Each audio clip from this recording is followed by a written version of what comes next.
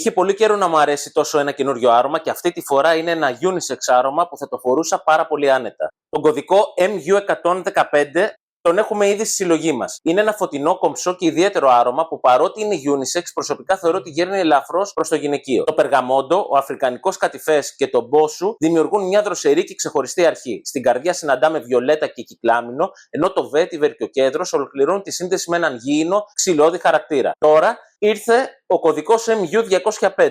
Η νέα εκδοχή του και κατά τη γνώμη μου πηγαίνει αυτή την ιδέα ένα βήμα παραπέρα. Το φραγκοστάφυλλο συναντά το περγαμόντο και το λεμόνι σε ένα φωτεινό ζωντανό άνοιγμα. Στην καρδιά, η πραλίνα, ο μόσχος και η βιολέτα δημιουργούν μια πιο πλούσια και βελούδινη αίσθηση, ενώ το μαύρο άμπερ, ο κέδρος και το βέτιβερ χαρίζουν περισσότερο βάθος και ζεστασιά. Ο κωδικός MU205 είναι unisex και πιστεύω ότι μπορεί να φορεθεί εξίσου όμορφα από γυναίκα και από άντρα. Κρατά τη φωτεινή κομψότητα του MU115, αλλά την κάνει πιο γεμάτη, πιο ζεστή και πιο αισθησιακή. Και ειλικρινά, είχε πολύ καιρό να μου αρέσει τόσο πολύ ένα άρωμα. Αν γνωρίζεις ήδη τον κωδικό MU115, πρέπει οπωσδήποτε να δοκιμάσεις τη νέα εκδοχή MU205.